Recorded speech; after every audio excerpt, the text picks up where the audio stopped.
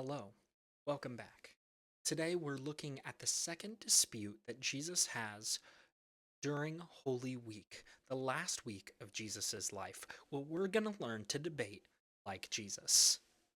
Breaking chains, burning ships, drowning in grace.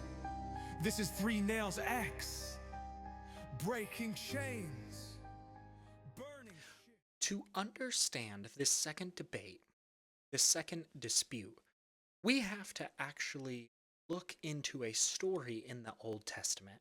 It's extremely important because if we don't understand the story in the Old Testament, we won't understand really what Jesus is doing. Because in the second debate, in the second dispute, Jesus in Mark is going to actually end up quoting another story.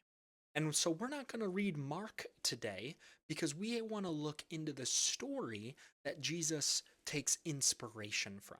And that story is Isaiah's Vineyard in Isaiah 5. We're splitting this video into two different pieces because we want to keep it pretty short. But to understand Jesus's debate, Jesus's dispute, Jesus's logic, we've got to know Isaiah chapter 5. And so we're going to look at Isaiah chapter 5, the first 7 verses, because it is ultimately the song of the vineyard.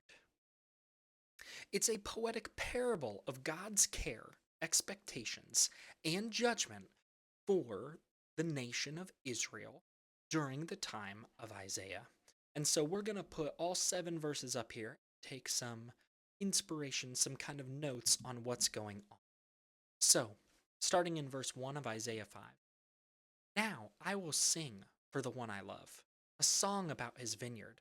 My beloved had a vineyard on a rich and fertile hill.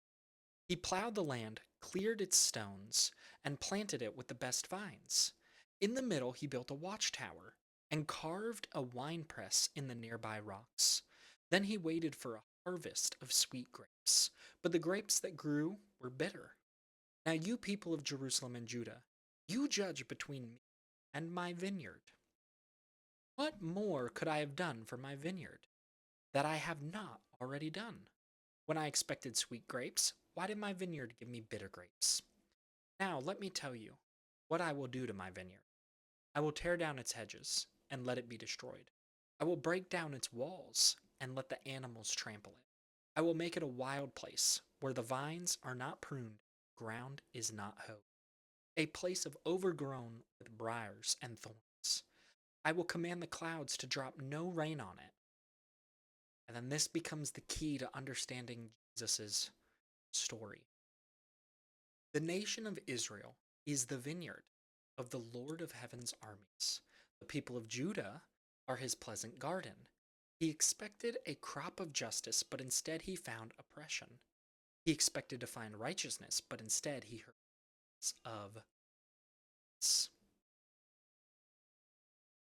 You see, the symbolism in this parable is very important. The Pharisees and Sadducees and scribes, they would know this parable very well. Because ultimately, we're getting very clearly the nation of Israel is the vineyard, right? And in verse 1, verse 2, right, we have God planting a vineyard on a rich and fertile hill. That's the land of Israel, where he plows the land and clears its stones. That's, you can read that all the way back in Joshua, clear the people out. And he planted it with the best vines. He's putting them, right? And he builds a watchtower. Okay, the symbolism is extremely important. And so let's just take some of the symbols really quick. The first thing we've got is this vineyard owner. That's God. He plants the vineyard. He's a loving, attentive gardener.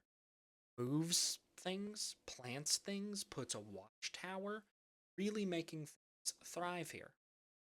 Now, you have the vineyard, which is Israel and Judah. This is God's chosen people. Now, God puts a watchtower among them. Now, the watchtower is God's protection and presence. This, some people end up interpreting as the kings, that God allows them to have kings because they're supposed to protect the nation, and his presence, he sends prophets to continue to instruct them all the time on what to do and what God wants. So some people interpret the watchtower very specifically like that, but we can generally put it as God's protection and presence, that is what God plants in the vineyard to give them. Now he wants sweet grapes, which he ends up saying are justice and righteousness, where he wants the people to be just. He wants the people to be righteous. They are set apart, they are holy. And instead of harvesting sweet grapes, which is what the vineyard owner is expecting, instead, what you end up getting is wild grapes, which is injustice, bloodshed, and unrighteousness. Now, this was spoken by Isaiah to the people because they were not doing what God called them to do. Now, this parable that Jesus is going to give, he's going to give a very similar story building on these images in Isaiah, and it's going to fit really well, especially with the first dispute, because when he shows up to the temple, if you end up going back and watching that video, all he's seeing is injustice, a mistreating of the poor. The Gentiles can't worship. So he's really seeing injustice. But what does he expect when he goes up to the temple? What should he see when he goes up to the temple? He should see justice and righteousness. And so he's actually building on that first dispute in a totally new argument for why he should be able to do what he did, which if you've been watching these videos kind of in order, you should be able to start to connect that. And it's a beautiful argument that Jesus is making, very intricate that he's making. So, a few things with this, right? God's judgment, Isaiah 5, 3 through 7. God calls the people to judge between him and his vineyard. And this, I think, is something that sometimes as Christians we end up missing. God doesn't always expect us to follow him blindly. Sometimes he does. That is true. I do think sometimes God wants a leap of faith, right? But I think sometimes God is like, I'm reasonable. What I'm doing, it makes sense that you behave or operate this way based on what I've done for you, right? If your parents have taken care of you, right, and they pay for your college and they helped raise you and they fed you and they made sure you went to all your games, and like if they're really good parents, do they deserve to be mistreated? They don't deserve for you to yell at them or curse at them, right? If your boss or employer has treated you really well, and you know, are showing up late to work or aren't getting done with the job, you're too busy, scrolling social media on your phone.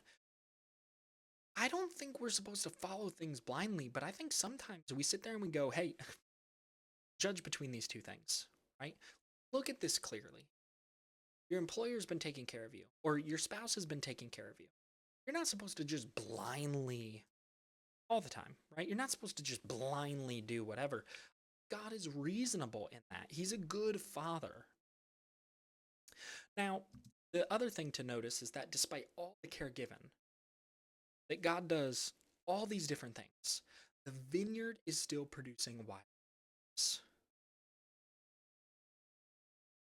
What are you and I producing? Wild grapes. When God has done everything for us, are we producing fruit of the Spirit, or are we producing wild grapes, injustice, affliction? Or are we producing love? Are we producing division? Or are we producing reconciliation? And that's a message needed by Christians in this current, at least USA climate, where it seems like many Christians are just sowing division. But are we trying to bring reconciliation? Right? What is your fruit? Wild grapes of injustice? Now, God declares he'll remove that protection. The hedge and the wall, it'll be removed. And he ends up saying the vineyard will be trampled, no rain, it'll become a wasteland, because he expected the expectation of justice and righteousness instead is met with bloodshed and cries of distress. This parable is what Jesus builds on for dispute number 2. And so, a few things to just reflect here. I think we need to reflect on this before we get into Jesus's point, is at least what we can take away from this. God, he gives every opportunity for his people to thrive. I think too many people have a view of God as like, you mess up once and he just abandons you. He just leaves you. I don't think that's true. I think God gives many opportunities, many times, many things he sets in place in order for us to thrive. God wants your church to thrive. He wants you to thrive. He wants his people to thrive, not just survive. Now, faithfulness to God here is measured by justice and righteousness. If we measured your faithfulness to God, if we measured my faithfulness to God, measured it by the justice I give, righteousness, right? Measured it by those two things, would I be seen as faithful to God? Would I be seen as that? It's a question that I have for myself. That's a question you should also ask yourself. Divine disappointment and judgment reflect a broken. When God comes, when he sees that it is not operating the way that it should, when he looks at his people, that disappointment that he has, where he wants us to succeed, that disappointment, it has judgment, and it comes because of a broken covenant. When we break the new covenant, we don't follow God's covenant that he gave through Jesus, it leads to judgment and disappointment. Now, ultimately, this parable anticipates the message of the prophets and Jesus.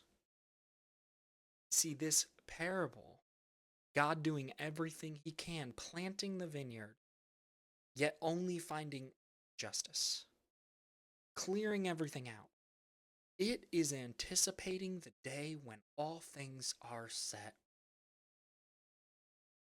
It's waiting for the day for the vineyard to have a watchtower rebuilt and things replanted to produce the fruit God wants them to produce, which is why the Pharisees are so strict. They're trying to produce the fruit that God wanted, and they thought when they did, God would make the vineyard walls again and a watchtower and make sure everything was set. So, we've got to keep this parable in mind. And in the next video, we're going to look at how Jesus uses this parable in order to make his point and to ultimately teach us how to have debates in a healthy way, how to have debates and win people over with the points that you make. I will see you next time. This is 3 Nails X. Breaking chains.